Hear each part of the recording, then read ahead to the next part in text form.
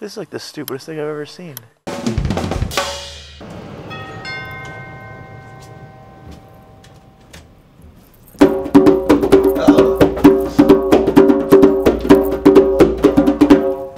Hey, Stephen Perkins, man. Right, how are you? Addiction. I'm great, man. I just figured I'd come to your house like I usually do. I mean, this last time you came to the house, I was playing bongos. I figured this time I'd play djembe. I know, because you don't want to be like, oh, that's the guy that's always playing bongos when I answer the door. Every time I answer the door, he's on the bongos, and that's not real. That's not realistic. I know. Next time I better be ceramic drum. Can I come on in? You want to hang out today? I don't really want to, but I will anyways. Let's do it.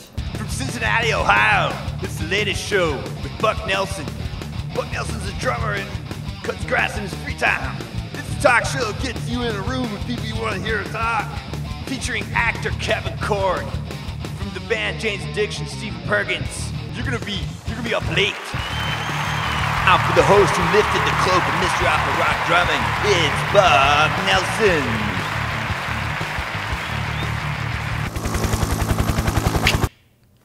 Just fanning myself from the heat that's coming off of this latest show. When I was a baby inside my mom, I wanted to meet Stephen Perkins, and guess what? I came out and I did 35 years later. But also I hung out with actor Kevin Corrigan, and he told me how to act and read a script, and it helped me immensely. But first, now we're gonna go to a segment called Your Dude, you reinforce the stereotype. The drummers are all stupid. Lowercase g, go to hell, / asshole. Look, Scorpion 84, you're stupid. How do I become a better thespian? How do I show to the world that I, Buck Nelson, am ready to, alas, poor Yorick, I've seen your well. Well, what you do is you work with an expert like this in the park. And now for How To with Kevin Corrigan. This week, how to act. Let's do it. Kevin Corrigan shows Buck how to act. Accents. Let's talk about accents. Let's talk about, how do you do accents? You gotta go somewhere, whatever accent that you need to have, you gotta go to that place where people talk that way and live there for a long time. Kevin is a good actor. Buck is not.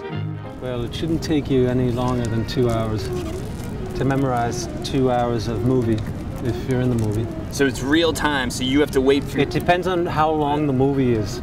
Then that's how much time you spend learning the lines. There's a weird noise. Oh, let's see if the boys can figure it out. See, now that has its own rhythm. And when you...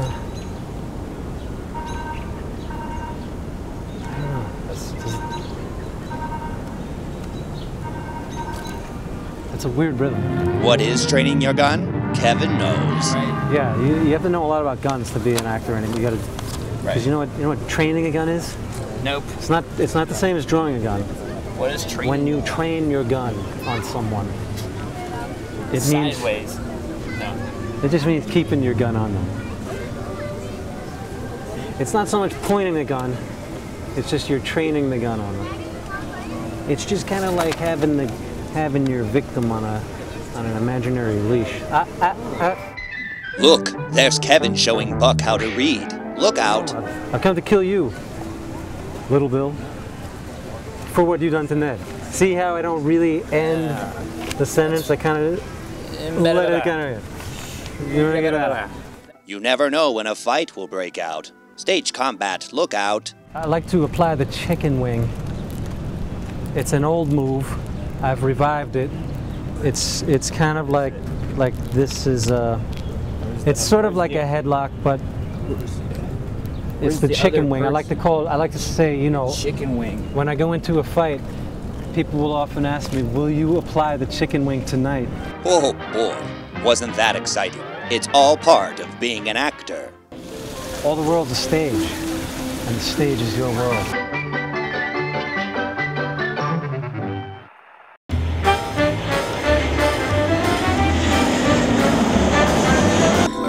This is our Garden of Eden. I'm hanging out.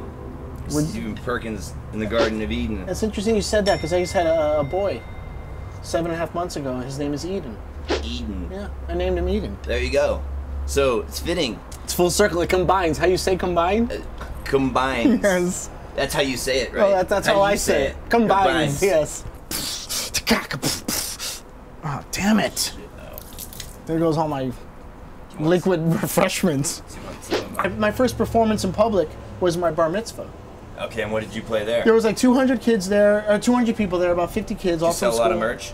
That's good. I should have. I played Donna Summer's Hot Stuff. I didn't see that coming. I play traditional. I play drums. Can I? So they put me in there, and they said, "You know, Hot Stuff." It's incredible hi-hat work. It is. You know what I mean? Yeah. For a young lad, I had the girls moving. They couldn't believe it. You know, I was just 13. Did you become a man that night? Did you seal the deal after rocking it? I'm still waiting to go boom boom. Yeah. Hey, Steve, we're all waiting to go boom boom.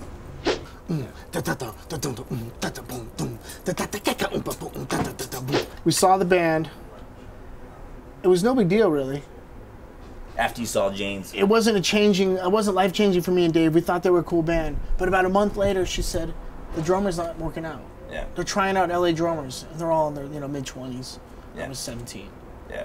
She goes, why don't you try my boyfriend, to the older brother, right. to Eric. And you brought it. They're like, I don't know, man. 17-year-old? I don't know.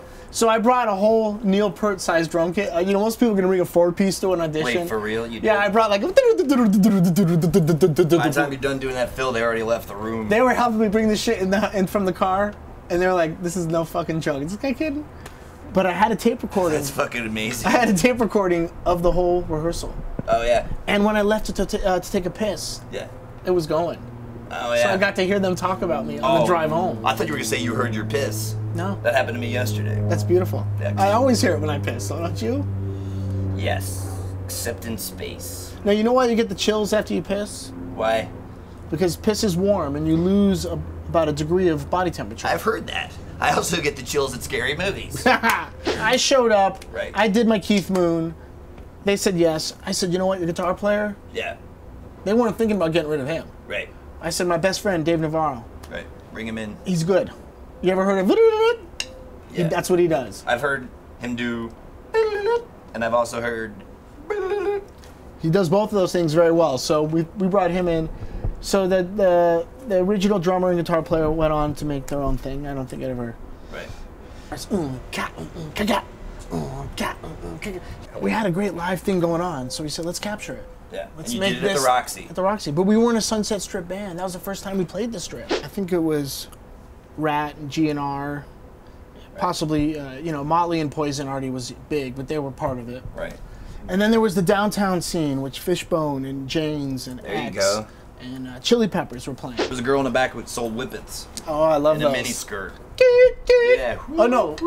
Did you make Sundays with them, or did you go... You go... Yeah, I know what you're talking about. But what happened was, me and Dave were young, 17, 18. When we met Perry and Eric from Jane's, I think Perry was 25 and Eric was maybe 23. Okay. They were into Echo and the Bunnymen, Susie and the Banshees, Bauhaus, Joy Division. So you brought the metal, they brought the goths, you had Moth. That's the truth, man.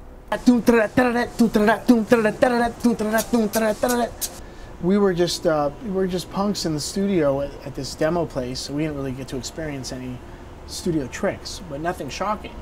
Right. We rented timpanis and xylophones and sitars, and it's a good start. We started spending money on sushi and women. That's a better start. And then we moved into the studio and started recording. That was before the recording. That was pre-production. Oh, so you had a California roll and then you went, like, maybe we should make some music. Let's make some music with the money. Right. And we got this Nothing I don't do on a normal day. Nice. So this is the kind of shit I've been waiting for. Oh, nice! To record it was a lot different than Nothing Shocking, where we tried ideas. Right. Ritual, we put the mics up and we documented the band, because we were a great, very tight band. 3 days was one take. True. If you're trying to explore in the studio, try different tempos, different drum sounds, sure, different many shoes. takes. That's right. Different a tie. Different gloves. I'm going to do this one with a tie. It could sound better that way. Steve, we're going to give you a bow tie. Just wait a minute. We're going to run that bow tie on you. Do you have to buy sticks, Steve? Thank God I haven't bought sticks or cymbals or heads or drums or congas in a long time. I like that congas. I like that the word congas makes you speak in a Latin accent. I think if you're gonna say bongo or conga, or even tabla, you have to say it correctly. I agree. You know, Steve, I have 2 tuned tablas and a microphone. It's the truth. Wait, is that a Beck song? It is with this accent. Yeah, I like it's the it. only one that I can do, Steve. No, you have to, you know, when in Rome. When in Rome, speak with a Spanish accent. Let's listen. There's cars. And more cars. And I hear you saying, more cars. Okay, well, take that rhythm. See, that's the thing. When you talk, More it's a cars. rhythm. Cars. And more cars. Right? Cars. Yeah, I got it now. And more cars. Yeah. Yeah, I see? Cars. And more cars. Nice. I haven't heard this thing being played that good in a long time. Thanks, dude. I've been working on my doubles. You're like, you know. did you ever bend it? Ooh. Salt peanuts. Now, hey, buddy. You know what? If this is really the Garden Eden, this will just fill by It itself, would fill wouldn't it? back up, and there would be a nipple in the bottom of it. Well, that's... Yeah, you're right. I mean, that's when you're in heaven, Steve. That is true. When there's nipples on everything. Well, there is, actually. Most every animal and every human has two. Well, Steve, there are nipples on a lot of things. Yeah. But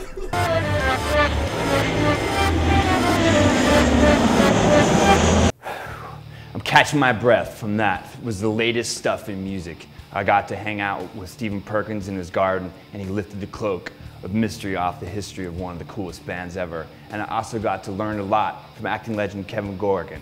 He showed me how to speak with an accent, and it feels good to do. Thank you for staying up late on my show.